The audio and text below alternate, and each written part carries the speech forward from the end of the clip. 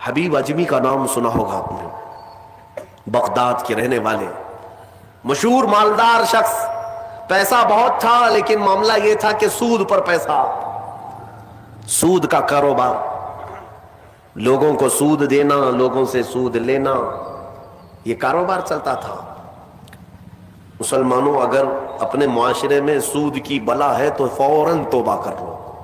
میرے آقا صلی اللہ علیہ وسلم کا فرمان عالی شان ہے، جس نے سود کا ایک لقمہ کھایا وہ گناہ اتنا بڑا ہے کہ جیسے کہ کعبے کے سامنے اس نے اپنی ماں سے زنا کیا۔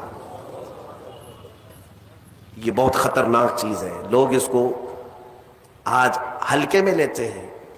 پیسہ ڈبل کرنے والا سسٹم مسلمانوں کو بہت جلدی پسند آتا ہے، کوئی بھی آ جائے کمپنی، چیٹ فنڈ کمپنیاں صرف مسلمانوں کے محلے میں ہی کامیاب ہوتی ہیں، باقی جگہ نہیں۔ لاکھ روپے دو اور تم گھر میں نواب صاحب بیٹھے رہو، ہر مہینہ 10-10 ہزار آتا رہے، یہ پتہ ہی نہیں کہ کس طرح سے آتا ہے۔ تمہارے گھر میں آنے والا ایک لقمہ بھی تمہاری تحقیق کے بغیر نہیں آنا چاہیے، تم مسلمان ہو۔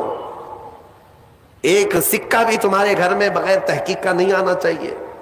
اگر مشکوک، یعنی جس میں شک ہے، حرام کی بات نہیں کر رہا ہوں، حرام تو بڑی بات ہے، جس مال میں شک ہے اس مشکوک مال کا بھی ایک لقمہ کھا لیا تو اولاد بگڑ جاتی ہے۔ بزرگوں نے فرمایا اولاد بدتمیز پیدا ہوگی، بد اخلاق ہو جائے گی، کردار سے عاری ہو جائے گی، اس کا خیال رکھو۔ تو میں عرض یہ کر رہا تھا کہ حبیب اعجمی سود کا کاروبار کرتے رہے۔ ایک دن ایسا ہوا کہ اپنی بیوی سے گوشت لا کر دیا اور کہا کہ پکاؤ۔ بیوی نے کہا لکڑیاں نہیں ہیں، کہا کہ میں فلاں کے اوپر میرا سود آتا ہے، سود میں وہ لکڑیاں لے آؤں گا، سود میں لکڑیاں بھی، گھر کا آٹا بھی سود میں لا کر کے دیے۔ بیوی نیک تھی، سمجھاتی رہی۔ اس دن دعا کرتی ہے مولا میرے شوہر، میرے سرتاج، میرے رفیق حیات کو ہدایت دے دے۔ جب چولہے پر یہ ہانڈی رکھی گئی، کھانا پک گیا، یعنی سالن پکا تو اس نے اتارا، حبیب اجمی دسترخوان پر تھے، ہانڈی کھولی گئی تو اس میں پکتا ہوا خون تھا، خون کے علاوہ کچھ نہیں۔ حبیب اعجمی نے پوچھا یہ کیا ہے؟ بیوی نے کہا جب لوگوں کا مال سود میں لا کر کے دو گے تو اللہ تعالیٰ تمہیں دنیا میں ہی خون کھلا رہا ہے، آخرت میں کیا عذاب ہوگا۔ بات اثر کر گئی، بات اثر کر گئی دل پر، اور ڈر بھی گئے کہ اپنی آنکھوں سے دیکھا کہ پکتا ہوا گوشت خون بن چکا ہے۔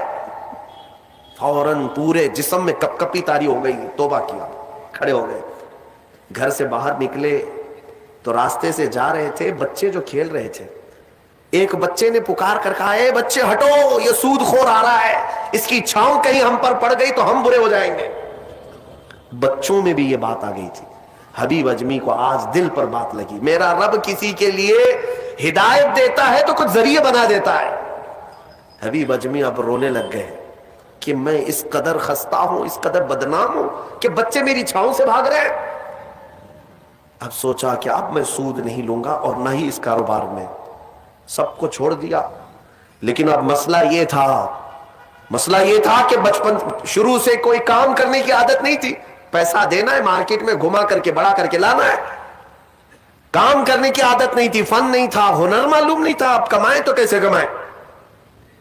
سوچا کہ اب اس چیز کو چھوڑ دیا ہوں، تو بیوی سے آ کر کے کہا میری رفیق حیات میں نے توبہ کر لیا ہے، میں نے توبہ کر لیا، آج کے بعد سے یہ سود کی طرف میں ہاتھ بھی نہیں بڑھاؤں گا۔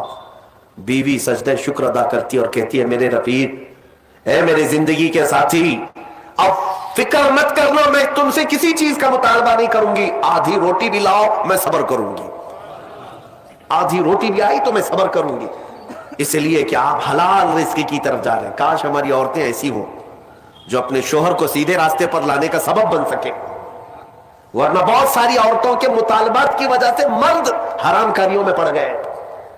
تنخواہ تھوڑی سی ہے، عورت کے مطالبے زیادہ ہیں، اس کے مطالبے پورے کر نہیں پا رہا ہے تو حرام کاریوں میں مصروف۔ بہت سارے مردوں کے بگڑنے کی وجہ ان کی عورتیں بنی ہیں، اور جب پورا نہیں کر پاتے اور پیسہ بھی نہیں مل پاتا تو پھر نشے کی عادت لگ جاتی ہے، ٹینشن سے مکتی چاہیے، جو روز عورت مجھے گھر پہ جاتی پریشان کرتی ہے۔ میرے عزیزوں، وہ حبیب اجمی کی خاتون نے ان کو دلاسا دیا کہ جاؤ آپ نوکری کرو،